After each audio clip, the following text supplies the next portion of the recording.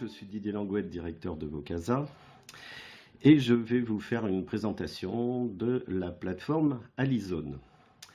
Alors, en bas à gauche, vous avez une interface, un chat qui vous permet de rentrer en communication avec nous et de poser vos questions au fur et à mesure. Donc déjà, vérification d'usage, avez-vous bien le bon son, la bonne image? Est-ce que ça se passe bien de votre côté? Merci de me dire si tout va bien de votre côté. Super, donc tout va bien. Désolé Isabelle pour le retard, moi je suis arrivé face à la caméra à 10h pile, alors vous voyez. D'habitude j'essaie d'être là quelques minutes plus tôt, mais là c'est pas le cas. Donc les urgences d'entreprise font parfois que ça se passe comme ça. Donc tout va bien pour tout le monde, le son est bon, merci d'être présent à ce webinaire et on va commencer immédiatement. Alors, je vérifie que tout se passe bien. Hop. Première demande, je vais essayer de surveiller pour pallier aux différences qu'il y a de temps d'affichage chez vous. Est-ce que tout le monde voit bien le parcours client qui doit s'afficher normalement sous vos yeux? Est-ce bien le cas? Je contrôle sur mes écrans. Et vous avez aussi une consigne d'Adeline. Ok, c'est bon. Donc, écoutez, je vais me présenter cette fois-ci en tant que patron d'Alizone. Alizone, c'est donc une société fictive pour les besoins de cette présentation qui a pour vocation de vendre en ligne des objets dits connectés, ces fameux IoT qui défraient la chronique médiatique, donc des montres, des lunettes et autres objets connectés. L'entreprise n'a pas de magasin physique, elle vend uniquement par le biais de son site internet et vous avez là sous les yeux bien finalement le parcours client. Alors ce parcours client, ça va être de consulter un site web pour commencer, bien moindre des choses quand on veut faire de la vente en ligne, bien sûr.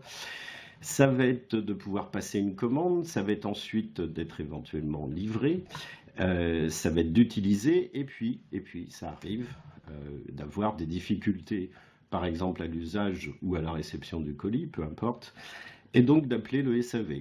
Puis ensuite, on peut estimer qu'il y a un cercle vertueux où l'opération peut se reproduire. Donc j'ai une première question pour vous.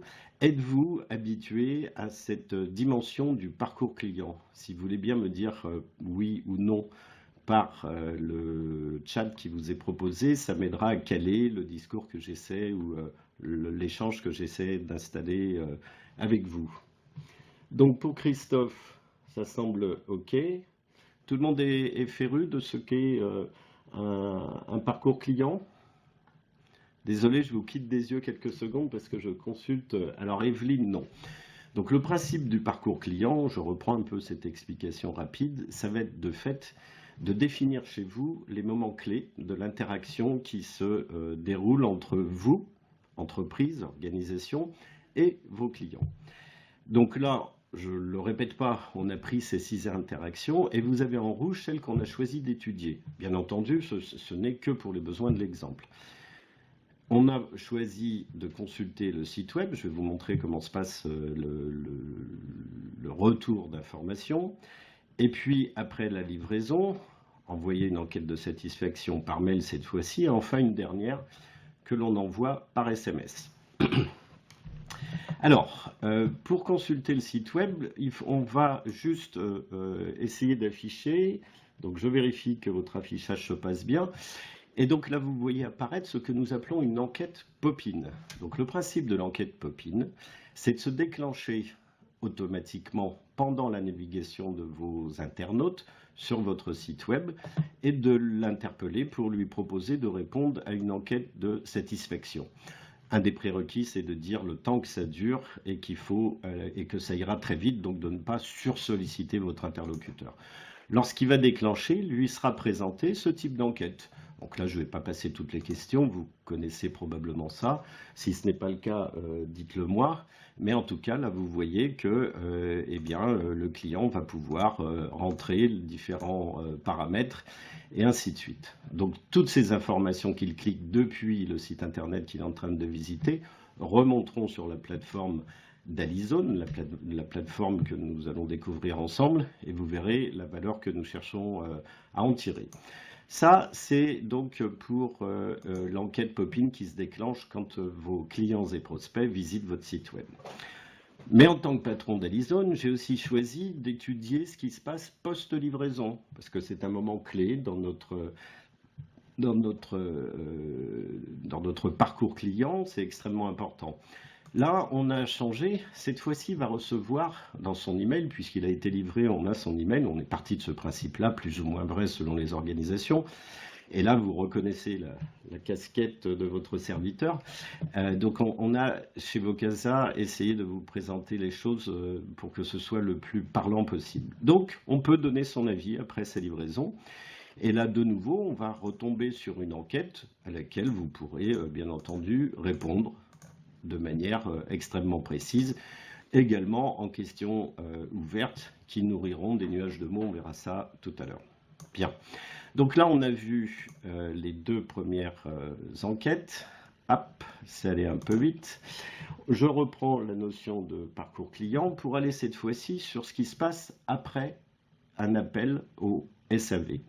Ce SAV, on part du principe qu'il faut interagir encore plus vite après cette interaction et proposer encore plus tôt au client, encore plus à chaud, si je puis dire, de livrer son taux de satisfaction par rapport à cette intervention qu'il a fait, cette interaction qu'il a fait au SAV. Donc dans ce cas-là, on choisira tout simplement, je vais essayer de vous l'agrandir, d'envoyer un SMS. Ça sous-tend que vous ayez bien entendu cette capacité à le faire. Et depuis ce SMS, le client qui le reçoit dans son interface classique de SMS cliquera sur ce bouton-là et obtient une enquête purement tactile. Alors c'est quoi une enquête purement tactile? C'est une enquête qui fait que vous avez la possibilité de répondre avec beaucoup de confort de manière tactile, c'est-à-dire en utilisant votre doigt. L'idée très simple derrière, c'est que vous ayez de petits doigts ou de gros doigts de bûcheron canadien, vous êtes en mesure de répondre confortablement. C'est excessivement important puisque aujourd'hui, plus de 60% des clients répondent à travers leur smartphone. Donc chez Vocasa, on a souhaité mettre au point des questions dites tactiles qui vous permettent de proposer une expérience lorsque vous demandez ou vous interpellez vos clients pour qu'ils donnent leur indice de satisfaction, de proposer une expérience le plus tactile possible, la plus agréable possible. Donc vous observez qu'en fonction de la note, vous avez un accompagnement de couleurs. Je fais mes petites réponses et ainsi de suite. Comme d'habitude, j'ai cette possibilité de navigation. Bien entendu, ce même questionnaire fonctionnerait de la même façon dans un environnement PC classique. Là, ce format-là représentant le smartphone. Donc voilà pour les enquêtes et la manière dont elles marchent et comment ça se passe. Alors maintenant, on a passé quelques minutes à expliquer comment était fait ce parcours client. On a expliqué quelles étaient les interactions que l'on allait mesurer. On va maintenant se concentrer sur la valeur dégagée. Jusqu'à il y a à peu près un petit mois maintenant, nous proposions 4 valeurs. C'est les 4 gros boutons que vous voyez ici. L'email récapitulatif automatisé, l'alerte email, toujours automatisé. Il y a un mot à retenir sur ce qu'est l'écoute en continu, c'est automatisé. Il y a un slogan, c'est que ça fonctionne 24 heures sur 24, tous les jours de l'année. Vous allez vite comprendre la valeur ajoutée de tout ça. Nous avons des fichiers de données qui peuvent être récupérés pour venir alimenter votre CRM ou votre système d'information d'une manière générale. On regardera le portail de suivi avec ces fameux indicateurs. Et enfin, on parlera GDSI ou GSI, tout dépend de ce que l'on met en place. En tout cas, c'est la gestion des clients insatisfaits ou satisfaits, voire les deux, que l'on va pouvoir maintenant piloter dans un seul point centralisé. Alors allons-y. Première valeur, l'email récapitulatif. L'email récapitulatif, vous voyez là un modèle s'afficher sur vos écrans. Le principe de base, c'est en fait de partir du constat qu'au final, il y a des gens pour qui c'est compliqué, lorsqu'ils sont en situation en particulier de mobilité, pas seulement, mais en particulier, d'aller se connecter, de se rappeler de leur identifiant, de leur mot de passe. Et donc, ces collaborateurs d'Alizone qui seraient répartis sur la planète, par exemple, pour aller rencontrer les acheteurs, n'ont pas forcément toute capacité à aller se connecter de manière agréable et fluide dans des environnements smartphones pour des histoires de taille ou même pour des histoires de gestion de mots de passe. Alors, ce que nous proposons là, c'est que automatiquement, le paramétrage est fait dans l'interface pour que, à date et heure que vous choisiriez, par exemple tous les lundis matins à 10 h ou pourquoi pas tous les vendredis à 18 h, vous livrerez les principaux indicateurs automatiquement dans la boîte aux lettres à travers un email, parce qu'on sait bien que c'est devenu une plateforme privilégiée d'accès à l'information sans identifiant, et donc directement vous aurez ce genre d'informations.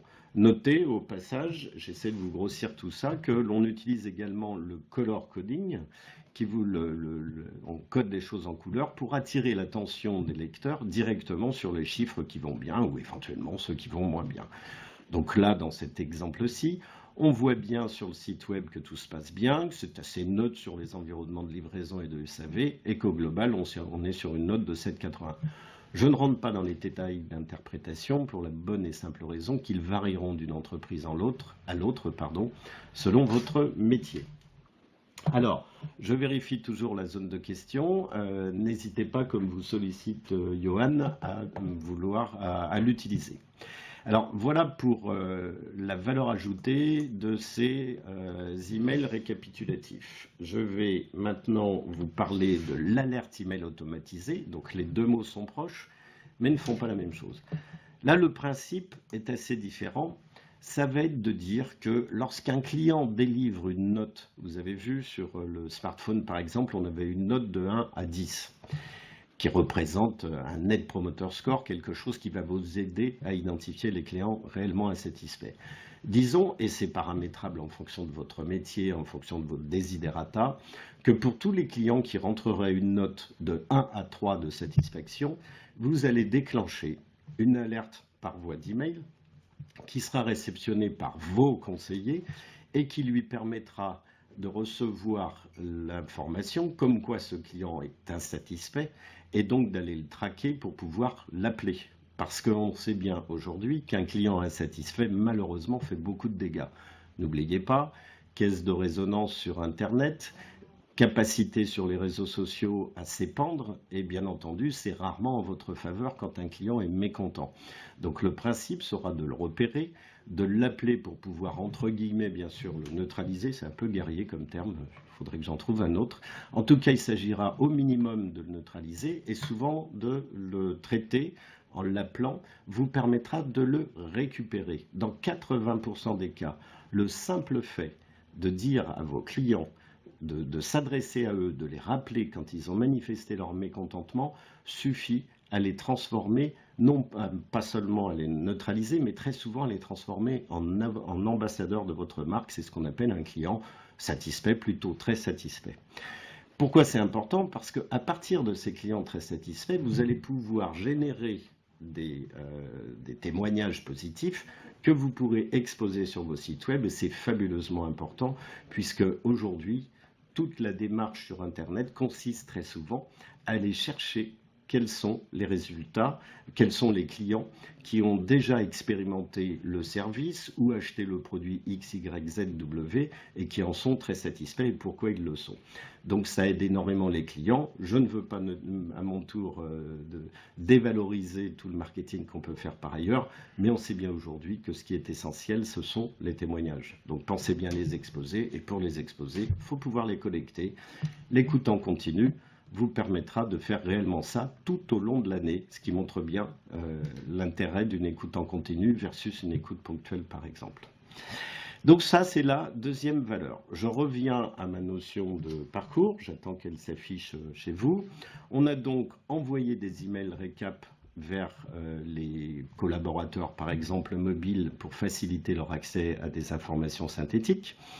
On a mis au point un système d'alerte email qui fait que vos collaborateurs sont informés quand un client manifeste un mécontentement ou un ultra mécontentement. On a vu l'importance de cela. Troisième étape, basculer du marketing transactionnel qui était celui qui nous occupait, disons, dans les 10 dernières années, pour basculer vers le marketing relationnel qui nous occupe de plus en plus et qui consiste à installer une relation personnelle avec le client qui tient compte de ces différentes informations. Alors chez Alizone, comment ça se passe? Eh bien, chaque enquête donne lieu à un fichier de ce type-là, qui est vraiment un fichier Excel classique, qui récupère toutes les informations que l'on a pu remonter à travers ces enquêtes, et ligne à ligne, ça va aller renseigner votre CRM et la fiche client dans votre CRM pour avoir une meilleure relation avec votre client lorsque vous l'appellerez ou lorsque vous lui rendrez visite, tout dépend là encore de votre métier. Le principe, c'est d'enrichir en permanence ce CRM, de savoir comment le client a vécu telle ou telle expérience que vous lui avez proposée, de sorte à avoir un discours extrêmement productif et constructif avec votre client. Donc voilà pour l'enrichissement du CRM. On va passer maintenant un peu plus de temps à découvrir la quatrième valeur, qui est une valeur absolument centrale, qui est que on va vouloir mesurer, alors il faut que je me connecte à travers des KPI, hop, je me connecte, et on va, donc là j'en profite pour dire que bien entendu le système fait qu'en fonction de qui vous êtes, vous accédez à tout ou partie de l'information. J'ouvre cette session. Cette session me délivre un certain nombre d'informations et j'attends qu'elles s'affichent chez vous. Donc là, on vous présente l'une de nos nouvelles valeurs qui est les indicateurs tendanciels. Alors qu'est-ce qu'un indicateur tendanciel? Eh bien, comparativement aux indicateurs auxquels vous étiez habitués, qui étaient souvent des courbes, des histogrammes, des camemberts et qui réclament une compétence, une expérience, on a choisi de mettre en place ces indicateurs qui amènent l'information au plus tôt, au plus proche, y compris quand la personne n'est pas strictement compétente en matière d'analyse de l'expérience client. Alors ça donne quoi? Eh bien ça donne par exemple, nos amis dirigeants me pardonneront, ça donne par exemple une simplification extrêmement importante pour un directeur. C'est un choix, on peut faire des choses très différentes, qui fait qu'en un seul coup d'œil, il constate que tout va bien sur le site web. Il est même capable, à travers la couleur bien entendu, de détecter ça, mais il voit aussi que la satisfaction sur le SAV se porte très bien et qu'elle est en croissance. On a le smiley qui renforce ce message. À l'inverse, la satisfaction de livraison, elle, visiblement, il y a un petit souci. Alors la note qui est ici, qui est l'enregistrement selon la dernière valeur, va communiquer selon des critères que vous choisissez, soit au mois, soit à la semaine, soit au jour, donc comparé avec le jour d'avant, la semaine d'avant, le mois d'avant, le trimestre d'avant, ou encore une autre temporalité. Dans le tourisme, on est souvent d'une comparaison d'un mois sur l'autre, de l'année précédente ou de l'année entière précédente. Donc tout dépend là encore de votre métier. Mais le principe de base, c'est d'identifier très vite ce qui va bien et ce qui va moins bien à travers des indicateurs à la fois simplifiés et très riches en informations. On a sorti ces indicateurs tendanciels il y a juste quelques mois. On est stupéfait de l'accueil qui leur est réservé parce que ça permet vraiment aux gens d'aller très vite pour constater comment les choses se passent sur les études de satisfaction. On va quitter notre cher directeur pour aller voir ce qui se passe, par exemple, sur notre site du manager de Lille. Et oui, le manager de Lille a des indicateurs différents parce que lui, ce qui va l'intéresser, c'est la performance de son centre d'appel. Dans notre exemple, il y a un certain nombre de villes. Là, on a choisi d'afficher celui de Lille. Sur celui de Lille, on voit qu'il y a un nouvel indicateur qui est le CES, le Customer Effort Score, qui mesure autre chose, et que visiblement, ça va pas trop mal, alors que c'est quand même en baisse. Bien parce que dans les paramétrages qu'on aura rentrés, on aura défini que ce n'est pas spécialement significatif comme baisse. Donc on ne va pas alerter, et ça ce sont des règles qu'on discute avec vous, que l'on applique, on ne va pas mettre des choses en route. En revanche, sur le Net Promoter Score, qui mesure le taux de recommandation des différents clients, là, visiblement, il se passe quelque chose. Donc, il est fort probable que le manager de Lille a un souci là-dessus et qu'il va pouvoir fouiller davantage pour essayer de trouver ce qui se passe chez lui. Et par exemple, il ira faire son petit benchmark pour savoir s'il a affaire à un épiphénomène lié à son centre d'appel ou s'il a un conseiller qui pose souci. Donc il aura davantage de détails. Là, on rebascule du côté d'indicateurs qui sont plus traditionnels pour obtenir ce genre d'informations. Donc il aura toute capacité à comparer sa moyenne France avec, par exemple, ce que fait Valentin chez lui et Tim. Il pourrait y en avoir beaucoup plus, on a essayé de vous afficher des choses qui soient extrêmement parlantes. Bien entendu, vous pouvez à tout moment récupérer ces informations-là sous forme d'images, par exemple, pour aller constituer des PowerPoint de communication. Je vais enfin aller voir ce qui peut se passer si je m'affiche en tant que manager opérationnel de cette étude. Et là, les choses sont plus complexes. Donc, on a des indicateurs qui sont plus précis, plus nombreux. Donc là, on a encore des nuances. Je ne repasse pas dessus. Je pense que vous avez compris comment tout ça fonctionnait. On a un taux de SAT général, on a des indicateurs qui sont liés à une temporalité qui est le mois. Bref, on a capacité à voir tout ça. Bien entendu, on sait sur quelle population on parle directement. Est-ce qu'on parle de 2 retours ? Quel cas, ce n'est pas très significatif. Ou est-ce qu'on parle de 1600 retours? Chez certaines entreprises, 1600 retours, c'est énorme. Sur d'autres, c'est beaucoup moins important. Donc, l'expérience ou votre métier définira précisément ce qui fait l'information pertinente ou pas. Mais là, on va passer un petit peu plus de temps pour voir que dans ce cas-là, la personne qui est au cœur de la mesure de l'expérience client dans votre organisation a beaucoup plus d'informations. Des systèmes de jauge qui appréhendent d'autres réalités. On peut, par exemple, décortiquer les raisons de la visite pour ce qui est de l'étude sur le site web. On peut savoir d'où viennent les gens, mais on peut aussi mesurer la satisfaction générale d'une manière différente, avec là encore des histogrammes plus puissants, plus compliqués ou un petit peu plus complexes à lire, et qui, en tout cas, même s'ils décortiquent davantage les choses, sont en général un besoin exprimé par des managers qui s'occupent au plus près de l'expérience globale, au plus près et au plus haut niveau. Mais on va pouvoir aussi mesurer l'évolution. Une évolution, cette fois-ci, qui peut être calculée, comme vous le voyez là dans nos outils, sur X mois, semaines, bien sûr, jours, semaines, mois ou années. C'est un petit peu, c'est la nouveauté. Le système prévoit bien entendu un certain nombre de tris qui vous permettent en temps réel, quand ça a du sens de le faire, par exemple par profession, etc. Et puis de filtrer vos données en temps réel. Mais vous pouvez aussi isoler des courbes pour mieux les étudier. Parce que l'amalgame des courbes sur un seul histogramme ne permet pas forcément la meilleure visibilité. Donc, on est à même, à travers cette technique, de réellement gérer les choses.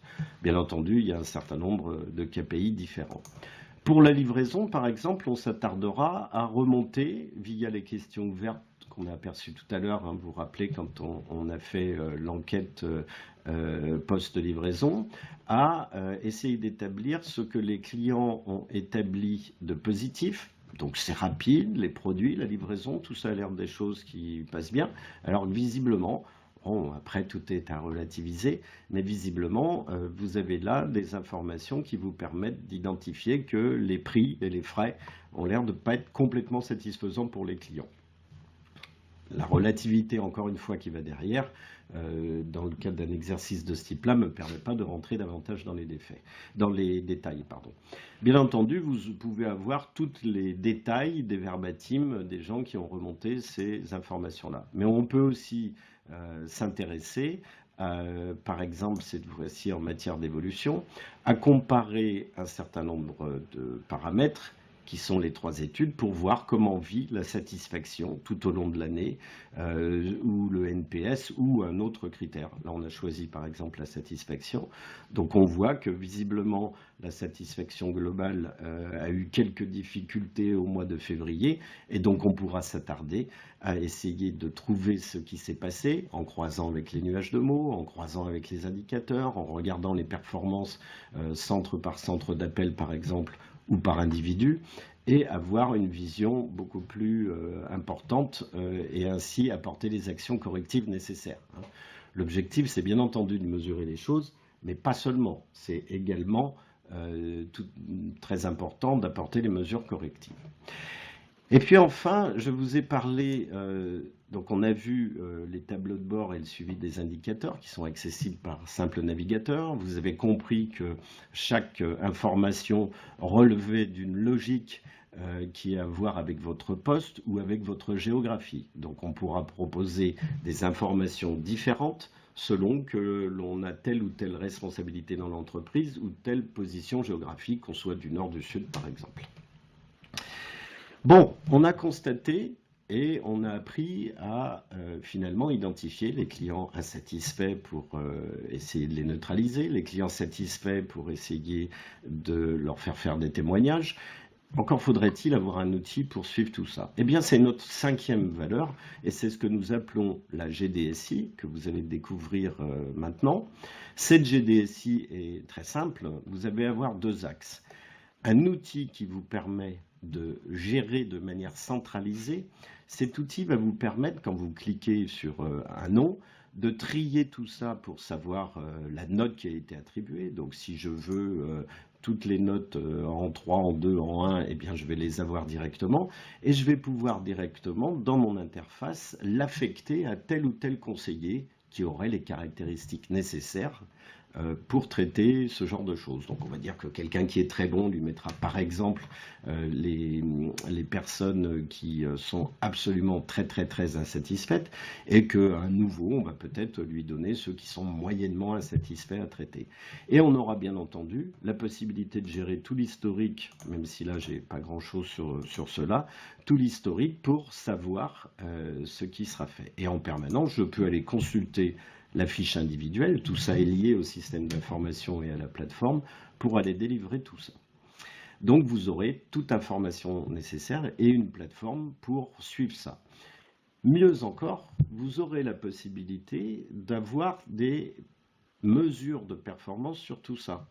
Ainsi, vous aurez, en cliquant sur cet onglet, une vision qui vous dira que vous avez eu 77 clients qui se sont déclarés insatisfaits, que vous en avez récupéré 86%, qui représentent 67 personnes, et qu'on en a quand même perdu 10.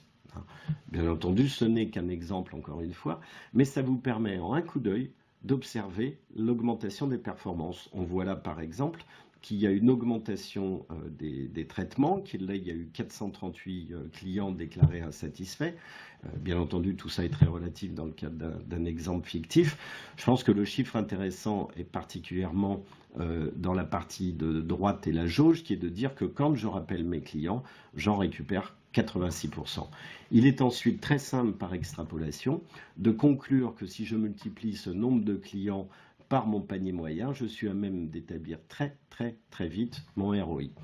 Mais je peux aussi étudier le benchmark des équipes et considérer le travail des uns et des autres et voir qui est particulièrement performant pour récupérer des clients. On voit qu'ici, Audrey en a récupéré 97%, pendant que Martin était seulement, entre guillemets, à 73%. En matière d'études et de KPI, il faut se garder de conclure trop vite, mais nous sommes dans le cadre d'une démonstration. Donc, dans ce cas-là, je vous suggère simplement de prendre le recul nécessaire et de donner un peu de temps au temps, même si par ailleurs, il est tout à fait évident que ce genre de KPI est fabuleusement renseignant, fabuleusement utile pour avoir l'agilité nécessaire dans notre entreprise, dans votre entreprise, pour faire tout ça. Bien entendu, considérer les noms des clients, étudier leur panier moyen, récupérer toutes ces données-là sur Excel, fournir un travail d'étude plus complexe pour savoir quel est leur historique, est-ce qu'on constate des choses aussi intéressantes qu'un client a tendance à se trouver insatisfait au bout de 1, 2, 3, 4, 5, 10 expériences ou de 1, 2, 3 années de présence comme client. Bref, vous aurez des outils qui vivent en permanence et qui amèneront cette agilité extraordinaire à nos entreprises pour qu'ils sachent en permanence, enfin, ce qui se passe dans leur société.